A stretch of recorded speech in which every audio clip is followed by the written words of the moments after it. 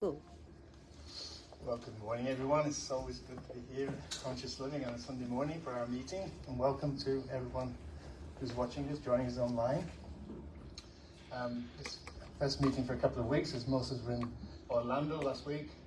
Had a marvellous symposium with many people, many old friends from all over the US and beyond. So, let's start with today's meeting by first of all starting with a few announcements. These are new resources. So much are now available in English. Last week, Thatcher and I worked on the bookstore at the convention, and we had about over 50 titles, but there's over 200 titles now on spiritism available in English, and many more resources are coming available every day. This is it's on Spiritist Network TV, which you can find by just googling that. And it's actually a beautiful letter written by Chico in 1966. It's written in English. So again, something worthwhile pursuing and learning a little bit more. Another resource is through the United States Spiritist Federation. This too shall pass. Is it just video? Sorry? It's an inspirational video. Inspirational video. I don't know if it refers to the times we're in at the moment, but I don't know, you like me, I'm feeling a little concerned of what's going on in the world. And maybe that's something that can help us give a bit more of a spiritist angle to understand all these conflicts that are going on. This is a new channel by the Spiritist Federation, I think in Atlanta? By Atlanta. Atlanta, yeah. Good News Channel, again you can find it by searching for Good News Channel. And sources of, again, more inspiration, more videos. Okay, with that, we'll just quick reminder on the courses we have at Centre on Zoom. Every other Wednesday in English, second and fourth Wednesday of the month, with Suzana leading the group. Very interesting discussions basically on the Spiritist Review. We're now in the first book of March. In March, we've got 11 books to go, so we've got quite a lot of work ahead of us, but always a lot of good discussion. This last week we were looking at the plurality of worlds and talking about Jupiter and the Spiritist interpretation. On Sunday mornings, we have our Genesis class. We had it this morning at 9 o'clock. Again, a very interactional group. Today we started with we're studying the miracles, but we ended up discussing the situation in the world today and how we can interpret it from a spiritist angle. So always welcome to join us. Please, 9 o'clock Sunday morning. And then on Wednesdays, Realms of Mediumship by Carlos again. That's at 9 o'clock at night. The IDs and password can be found on our website. And now to today's reading. This is from the book Happy Lives, psychographed by Divaldo Franco from the Spiritual Energy Angelus. And number 74 goes like this. Don't fret over what you cannot finish right away. Do what is possible in terms of effort and dedication, and avoid the discouragement that comes with apparent failure. When a task exceeds your capacity, or when circumstances get in the way, your real task is to remain calm. Those who do all they can achieve the most. And what you cannot finish now, you will finish tomorrow, if you remain faithful to your commitment. Again, as always, a short, succinct message with a lot of interpretations, a lot of thought-provoking ideas.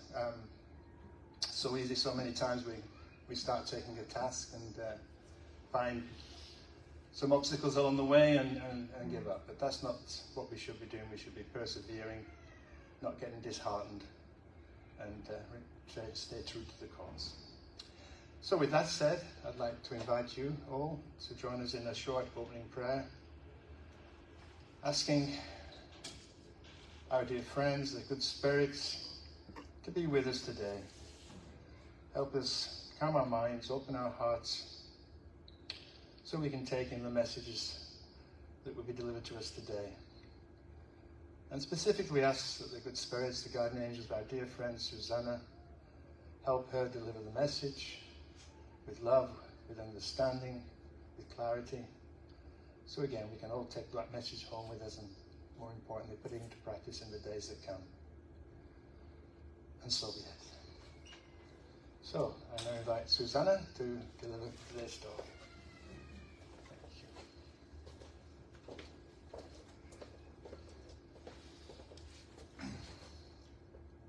was it again? Alternate and function? The alternate and tab. Alternate and tab. Ha. Great. Perfect. Piece of cake when you have a young mind helping you. So good morning, everyone. Good morning. Good morning to everyone who is watching online or at some point. So today we are going to talk about the lack of self-love, and this is chapter 3 of this book, Finding Peace and Health by the Spirit Juana de Angelis. The last lecture was chapter 1, which was the evolution of thought. And today we are going to tackle chapter 3. Eventually I'll go back to chapter 2. We talk about crisis. And those are the subtitles that she has in the chapter: self-condemnation, self-pity, and self-awareness. Now, she tells us that one of the statements in this chapter is that lack of self-love thrives within the social organism, capturing unaware victims. So it's prevalent in our society, but if I would ask you, do you love yourself? Don't need to answer. Some people, I think, would stop for a second and think, what does that mean? What does that look like, loving myself? Some people would raise their hands quickly and probably accurately, because I think a lot of times we do love parts of ourselves, but also in great denial or unawareness of their own mechanisms of lack of self-love and how that actually expresses and is present in our daily lives. And some people would just say straightforward, no, I don't like myself. So we live in a culture and we have a history and a background when we think about our many incarnations and the way that we have been educated and exposed to religions over the course of, centuries. It's very ingrained in all of us, the idea of sin and the idea of self-punishment as a way for salvation, as a path for salvation. You err, you're a sinner, you deserve to be punished. And a lot of times the punishment comes from nowhere else but from within. So the question is this really what we are supposed to do? Is this really what life or God expects from us? Is this really the path for salvation, which in Spiritism we understand to be peace of mind, to be that state of harmony within? So when we look at Joanna, she starts like at the very first, the very beginning of the paragraph, the beginning of the chapter, forgive me.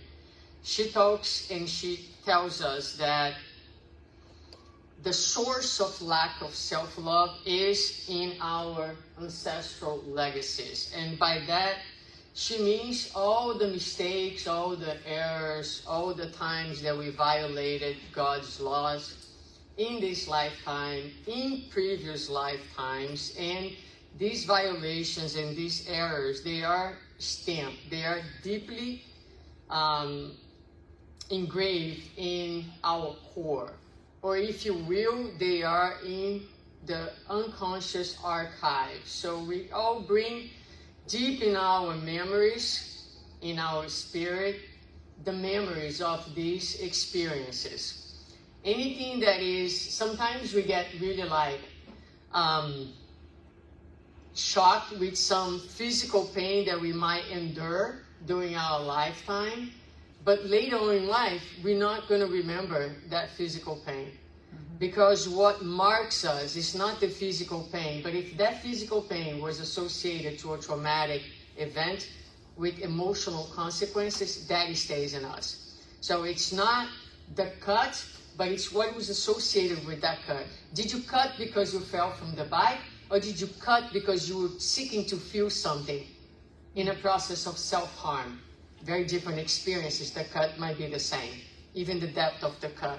But the emotional experience attached to that cut is very different. So anything that is loaded emotionally stays within us. And so our errors, our violations, our mistakes stay engraved in our core, in these archives. And they manifest in our daily lives in the forms of conflicts, insecurity, fear, instability.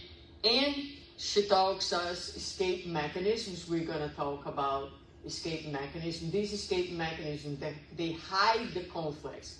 So this process leads to this very small, low disappearance of our self-esteem, and it's going to culminate in the lack of self-love. Now, when you don't love yourself, then you are going to be your own enemy, and this creates this cycle of like suffering, of misery, of self-condemnation, of self-criticism, of isolation, and so forth. We're going to look into it a little bit more in details. But I think what is really important to understand is that underneath this entire process, there is guilt. So guilt is really the culprit of the entire cascade of events that we see happening. And she states, this is so because of the torments of guilt dating back to still unresolved experiences. So let's talk a little bit about guilt. Is guilt good or bad? Who thinks guilt is good? Raise your hands. Well, you think guilt is good? Okay, all right. Well, and who thinks guilt is bad? Okay, and some of you don't think. Okay, so the thing is that guilt is necessary. When someone kills and feels no guilt, is a psychopath, right? If you kill someone and you have no feelings, no remorse, no regrets, no nothing, you are seriously ill. So guilt is a natural mechanism that tells us, it's like God's alarm within our own conscience that makes us feel uncomfortable and tells us something is wrong. There is a violation, right? An error that was committed. And so a guilt conscience is not necessarily a bad thing. What is bad is when our conscience collapses, which is an expression used by the spirit Andrew Lewis in his books. So we're going to look a little bit at the difference between a guilt conscience and a conscience that collapses, that crumbles. Okay? So when we violate the law and we commit a mistake and we feel guilty, then there is that level of inner discomfort. It is like, I like to think of it as a bank account. Our emotional being has a bank account. We either making deposits or we are withdrawing. So every time we commit a violation, we withdraw. So we are a little bit more poor. We feel a little bit more in that place of lacking, of scarcity, of drought.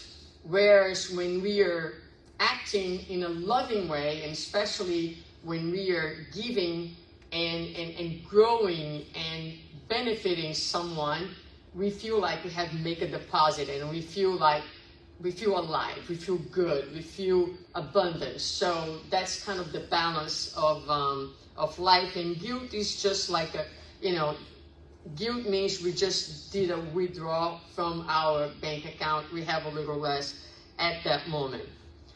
So there are two psychic trajectories that we can do once we commit an error, and that is really what I would like for us to focus.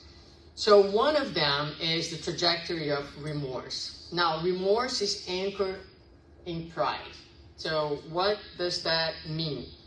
When we enter a state of remorse, we are having a very an experience that, again, is born from pride. How does that sound? It sounds like this. It's those moments where you do something and you say to yourself, oh my God, I can't believe I did this. Oh my God, I should have not done that. How could I possibly been able to do something like this? So if we hear ourselves, what is behind those statements? This is not me. This does not reflect who I am. It was an accident. It's something out of ordinary. And a lot of times we are going to move into other mechanisms that I'm going to talk about. For instance, projection, not taking responsibility, putting the problem into the circumstances, into the people, but it's never you, right? So it's a very proud place to be. When you say to yourself, how could I have done that? Dude, that's you. Mm-hmm. All right? That's still you. Whatever you think you are, sorry to burst your bubble, but that ain't you. Not yet. It will be you one day, but you're not there yet. So when you come into this place of remorse, you get stuck. Why? Because you keep ruminating these sentences and these questions.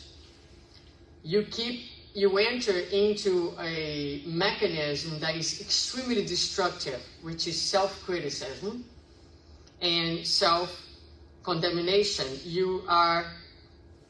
It doesn't go forward. You swallow and it comes back, and you ruminate again. And you swallow and it comes back, and you're stuck in that. So it is truly the result of the no-acceptance that you are human, and as such, errors are a natural part of your evolutionary process. Actually, God created us like this. And just like when your child is learning to ride a bicycle and he or she falls, you don't go and say, you should feel horrible that you just fell from your bike. How could you fall from the bike? Well, you don't have yet the skills to ride the bicycle. Mm-hmm. Therefore, that is just the natural process. That's how you learn to ride a bicycle. Well, that is how you learn to ride life. Mm-hmm. You have to fall and make mistakes and learn from the mistakes. So that is the natural process. So part of our suffering and our difficulty and the self-criticism that can get pretty extreme and pretty devastating is our inability to accept that this is God's will. This is God's process. This is how it's meant to be. But we have our egos have a difficult time in accepting God's process and our own humanity. So we get into, again, this self-criticism that is extremely destructive, and that brings an incredible layer of suffering on top of that natural discomfort. The discomfort needs to be there, but now we are immersed in suffering. And so here I put together a new cycle where you go from error to guilt to suffering. This is kind of the natural process, but then remorse is what keeps you going in this cycle that you can't break unless you do something different. So You go from remorse to self-punishment and criticism and lack of self-love, which is in itself an error, and it keeps going on and on and on. And that keeps you stuck in this place of fear. So you become so scared of actually making other errors that a lot of times you choose no longer to try. So that is, we're going to get back to that, but that is, we see that when this process becomes very pathological and people, for example, dive into depression. What is depression if not the person withdrawing from life? To err is so incredibly painful that I will not play anymore. I'm just going to be stuck here in isolation, not moving, no longer living, no longer engaging, because it destroys me. It destroys me. The feeling that I am human. So maybe you don't relate to that experience, but I think to one level or another, it's present in everybody's life. Maybe we're not experiencing that level of disconnection and criticism, but that is very, very, very hurtful and creates an incredible barrier for our own evolution, for our own growth, because by no means, this is the path. And this is what life expects from us. And this is what God wants for all of us. So we had in our mediumistic group recently a spirit who stated, I crawl on the ground without strength and merit to stand up. So a spirit manifests itself, and this was the spirit mindset. And that really struck me because I was actually studying for this. And when we are outside of our physical body, this state of mind becomes so real because we know that what we think of ourselves manifests. Our thoughts are creating our reality.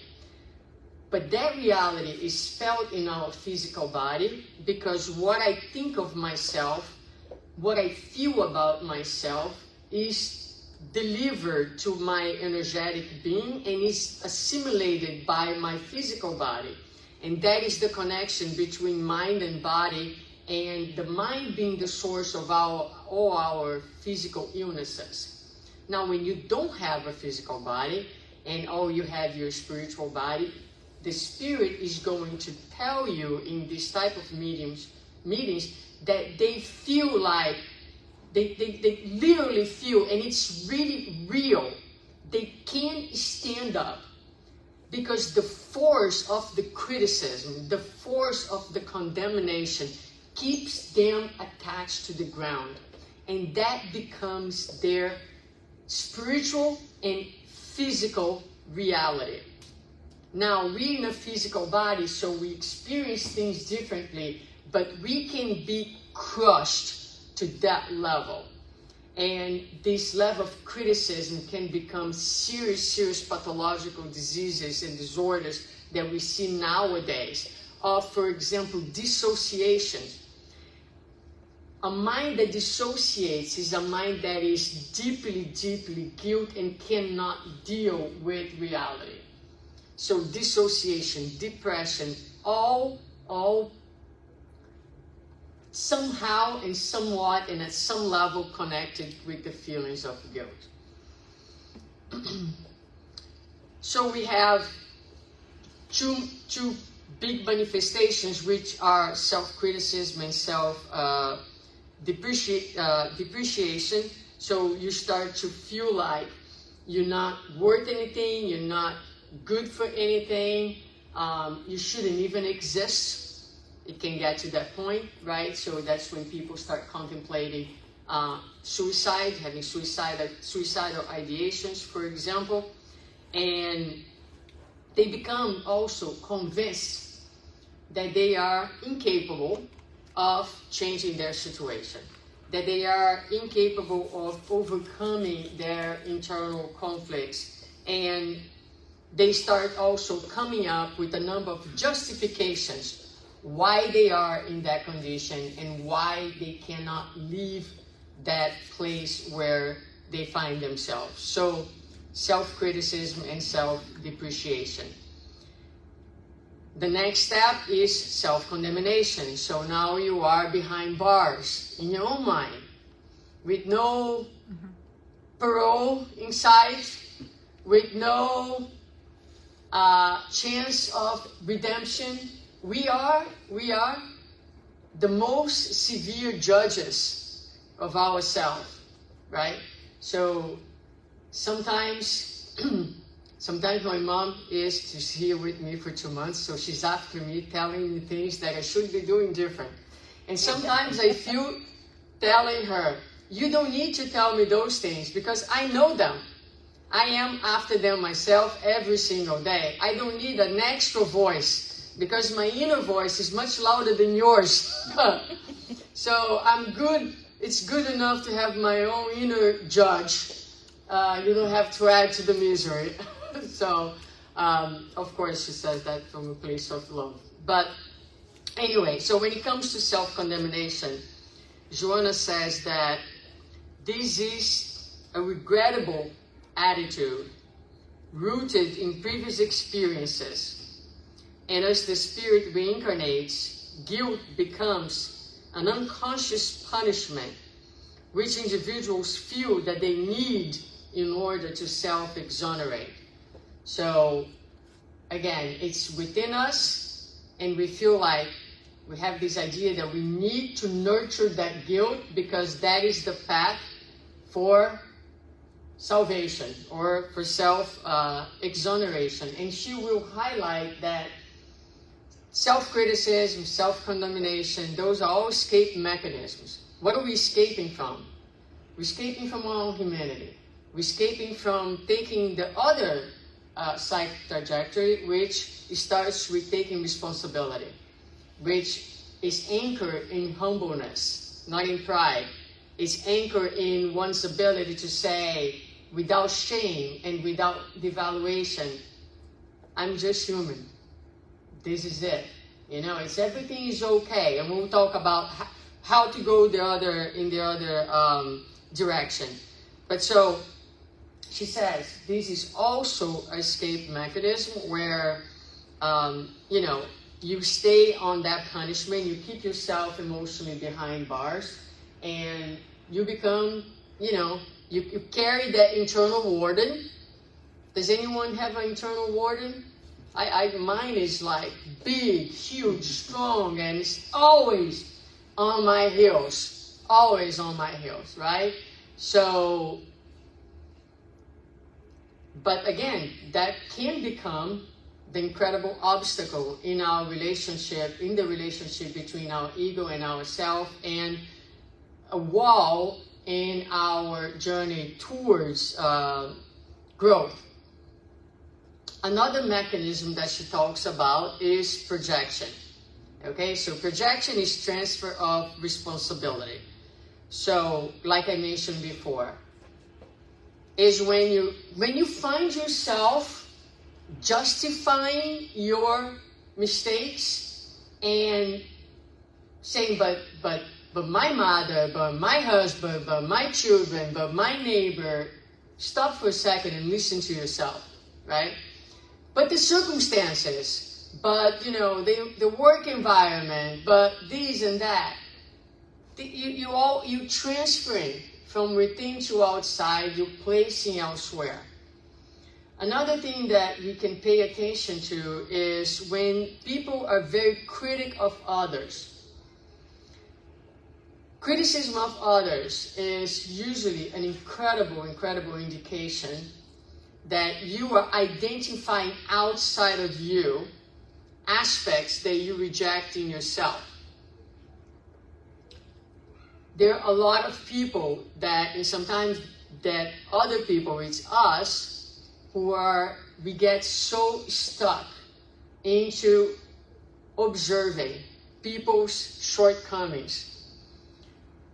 I know some people that when you're with them, that's all they talk about. It's like the entire conversation revolves around identifying what people are doing wrong, or what we find ugly, or what we find that shouldn't be. And so that is a misplacement, that is a projection, that is a waste of time, in the sense that all the energy that's being used to identify things outside could be used to look within. So, envy. Envy is another thing that is so human and so difficult to identify. If I would ask you, are you envy of others? The vast majority of us would say, no, that's not me. And I would say, sorry, you're blind. Because a lot of times, so for example, I'll give you an example. I like to give examples so things can become a little bit more concrete and not so philosophical. There are some characteristics that I see in others and I envy.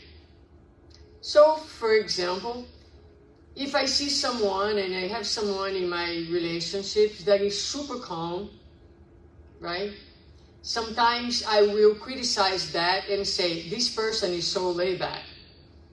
Because it's easy for me to criticize and diminish the other than to say, I envy that state of calmness. But I can't get there. One path is to say, I truly wish I could have that as well.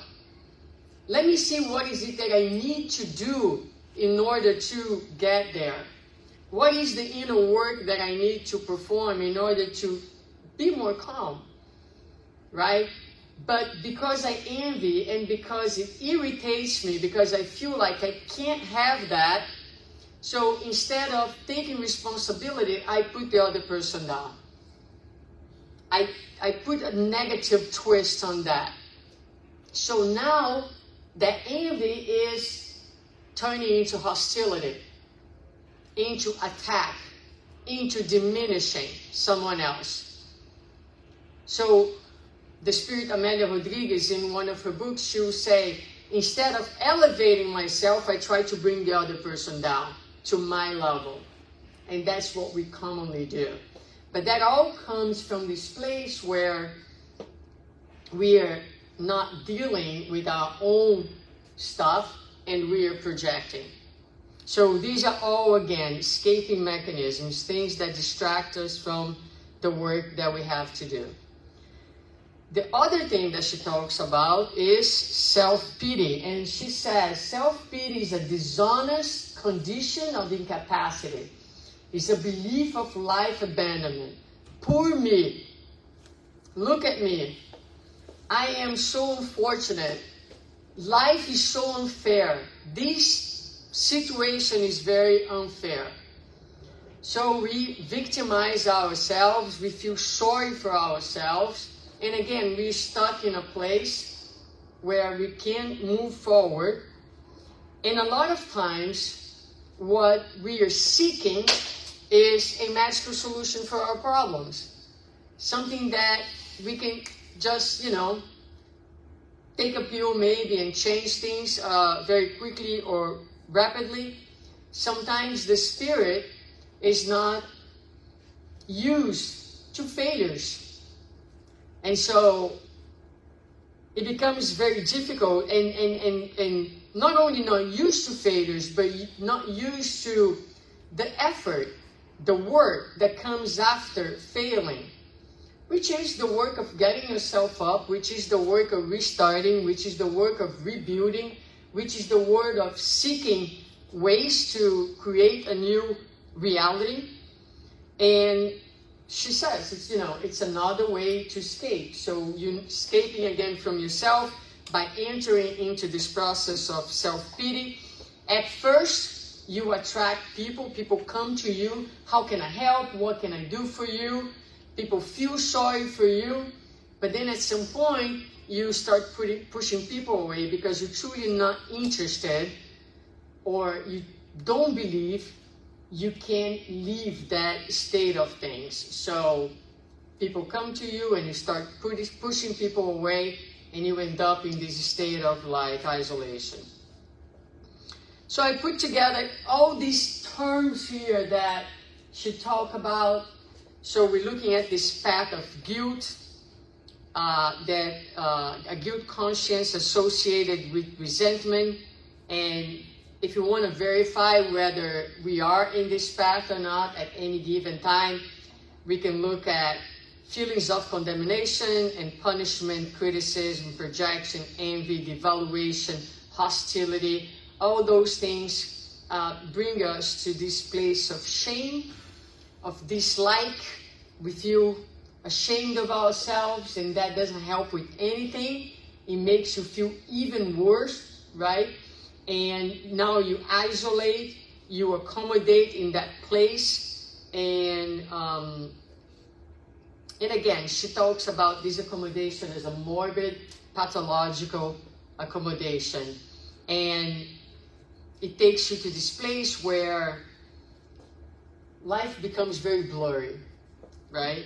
So you are unable in this place, in this dark place, in this hole that you, because when you walk in circles, you cave a hole for yourself, depending on how many times. Right? You keep walking and it keeps going deeper and deeper and deeper and deeper. So you put yourself into this hole, and now you can no longer see with clarity. You're short-sighted to all the blessings of life, all the talents that you have, because we're all talented. We all have resources within and outside of us. And we're stuck in this absolutely huge misunderstanding, again, of what is the life expects from us. Another spirit shared with us this statement. He says, "My task is to create walls and to guard them. Walls isolate. We see things that you don't see." Now, this is a spirit that was engaged in an obsessive process. Okay, so he was, we would call an obsessor, right?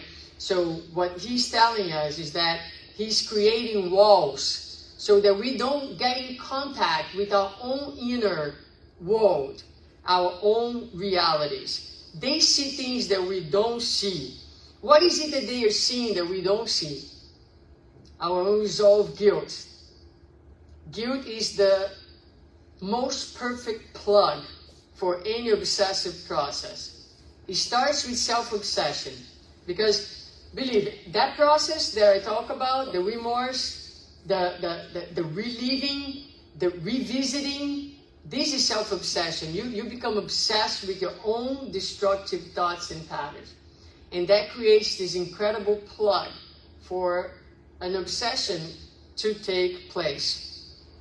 And so it is a wall that is built for what? For real growth. For you to be able to move forward, to move towards your own self. So she's going to conclude by saying, the lack of self-love is a behavior disorder requiring special care in order not to degenerate into self-aversion on its way to becoming even more serious conflicts such as self-hatred, self-resentment, and disinterest for life. Self-condemnation is a behavioral disorder which must be combated right away due to its inherent conflictive implications. So one way or another, this is a behavioral disorder, okay?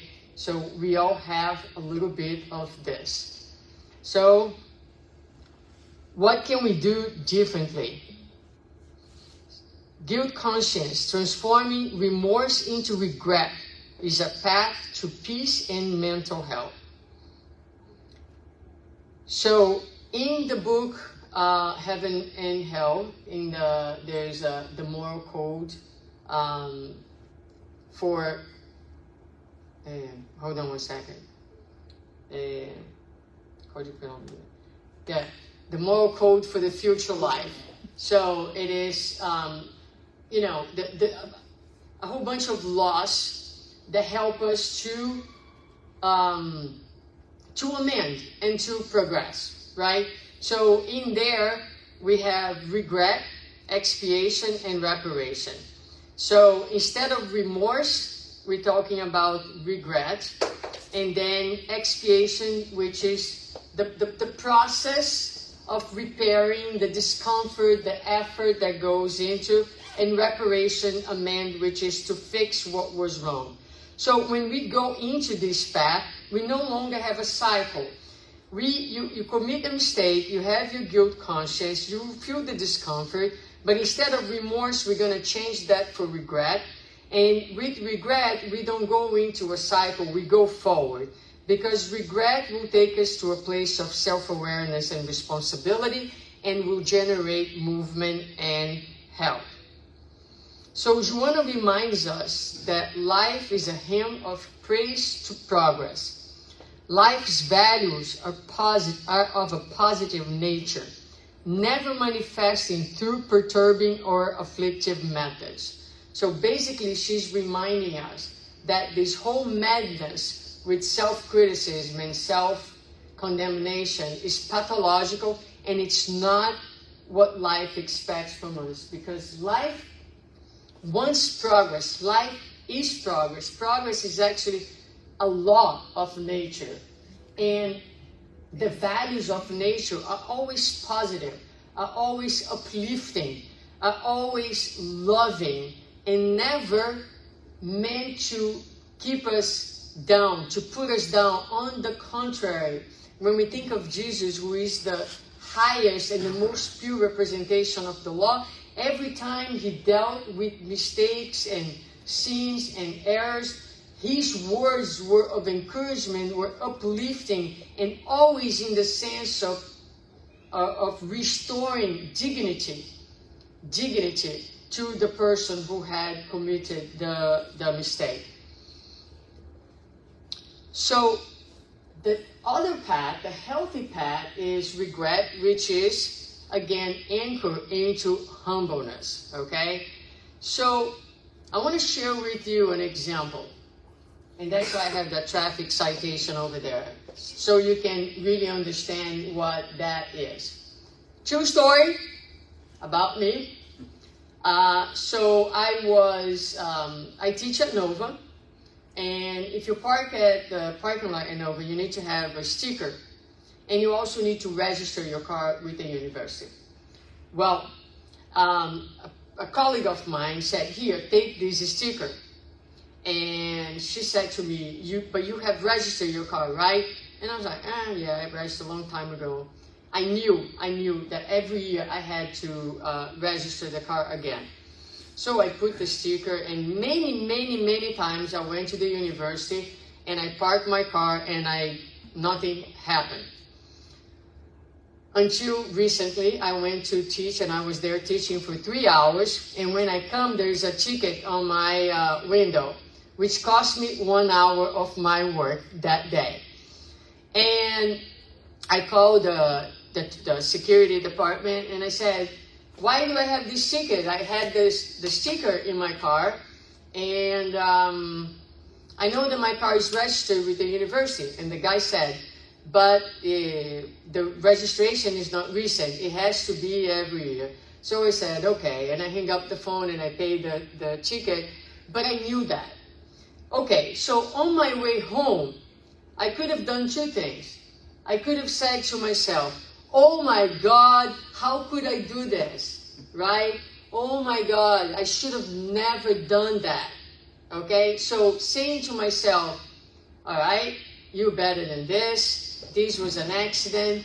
This is like, it was just a little messed up, but you shouldn't be in that place." That really does not represent who you are or where you are.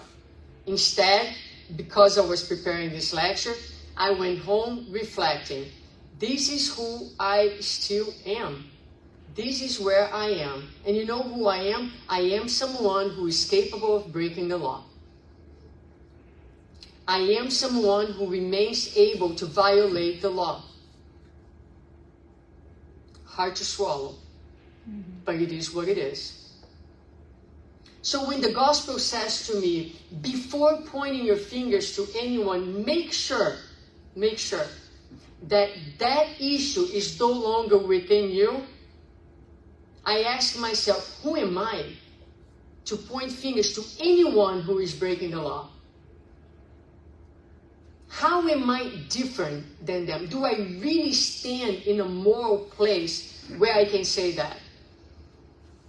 Because whether you're stealing a bank, whether you are taking the money of your parents' wallet, whether you are not doing your income tax properly,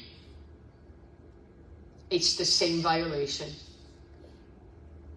It's an error. It's a violation in the same way.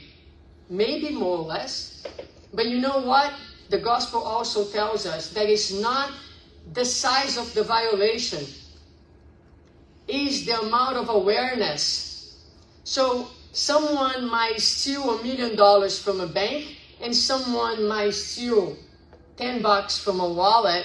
But if the person who stole $10 knew better than the one who stole 1 million, that conscience is more in trouble.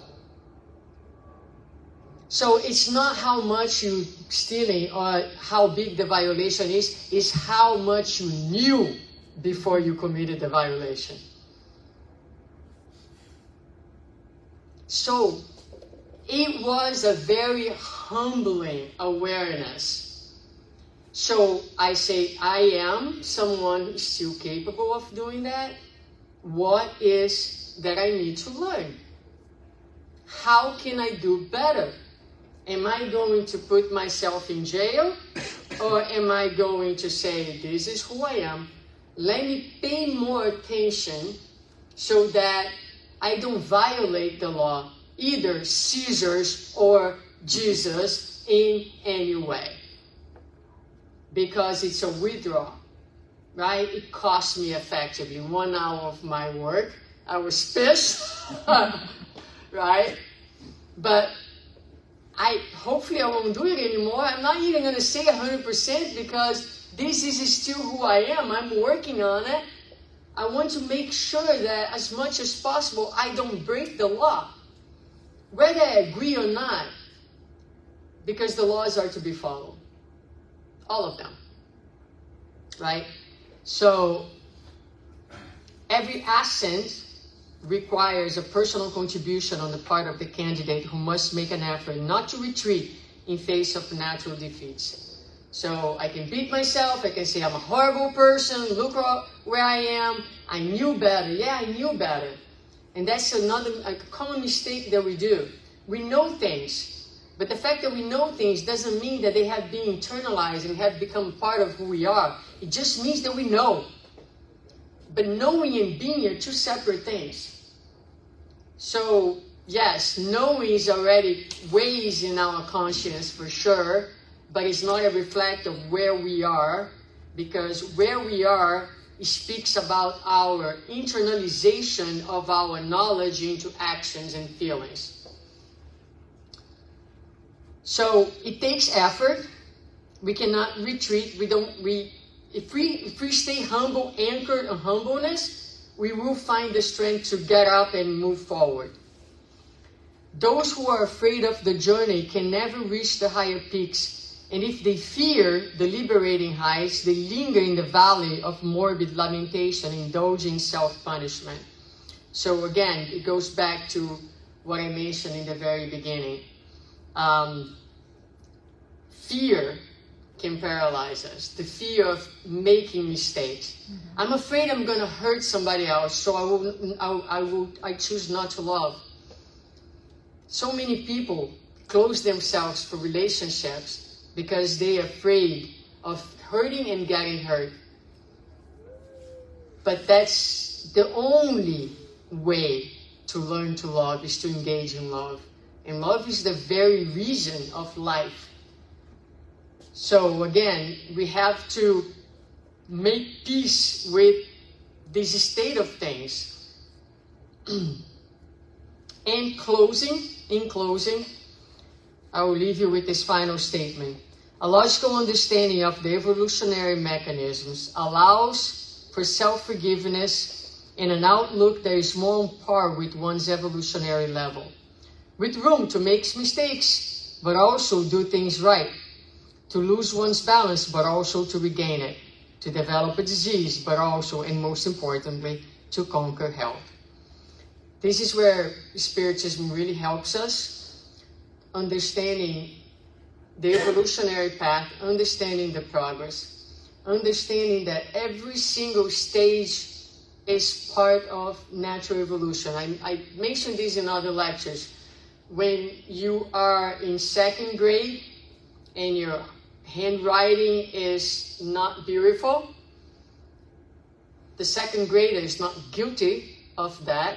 Rather, he or she understands that once he gets to more advanced grades, their handwriting will be better. But that handwriting is what he and she has for today, for that moment. We are where we are. This is what we have for today. The first path for self-transformation is to understand the law, life. This is the way. Is one step, is one grade at a time. And each grade will be able to do more or less. Make peace with that. Embrace the human. Understand that errors are actually the steps, necessary steps for ascension. And embrace your humanity, right? So with self-compassion, with self-forgiveness, but also with responsibility. That is the key factor, is to take responsibility, to say, I messed up. But instead of banging yourself down, right, is say, like Paul said to Jesus on his road to Damascus, Lord, what's next? Mm-hmm. What's next? And these questions, what's next, is a propelling force that will keep us going and granting us each day more and more freedom and peace. So thank you so much. Thank you, Suzana. Thanks for a super illuminating talk. It really was a lot of food for thought. I think we've all got some traffic stories, but I've got one that with Progressive, I have an app on my phone now, which reports every month on my driving in different categories: acceleration, braking, speed limit, diversion using cell phones, you know. And I pride myself on the number I've achieved. Until last week, I got a citation from Bar Harbour Police. I went to a red light. So often that's self-confidence can, expand the ego and do things that we shouldn't really do. And that was $158, which hurt very, very much. The good news is it doesn't go to points because they don't know who was driving, so that's the good news. But anyway, thanks again, Suzanne. I love it. The slides today were really powerful, really compliment. And Suzanne, as we all know, is a fantastic author, fantastic writer, but often very difficult, so she put it very well into words. It's very good. So the book is, again, which book is it, sorry? No, it skipped my mind. But anyway, all the Joanna books are available on theoldpublisher.com, and certainly worth reading. Okay, so with that, we're going to the second part of our meeting today, which is the passes. Those watching online, we recommend you get a glass of water and just meditate with us. I'm sure you'll receive the benefit of the good spirits that are here. And with that, I ask the pass givers to... we've got 3 of us today. Yeah. So, just a little opening prayer to help us settle our mind and attune to the good spirits that are with us. We ask that you help us receive the energies we're about to receive. As always, your support, your guidance, although it will never detract from our own free will help us make those right decisions to avoid any guilt or regret. So again, we thank you for your presence, and so be it.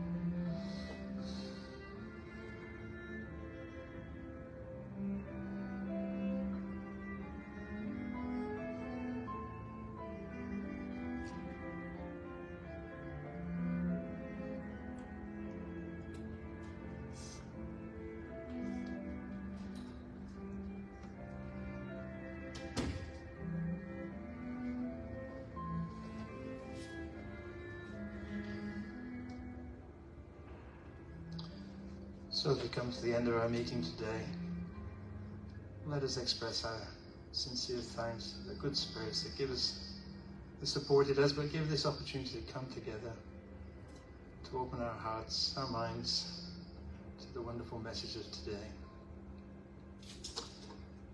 We also ask in these times of troubles in the world, help us understand this is a planet of transition,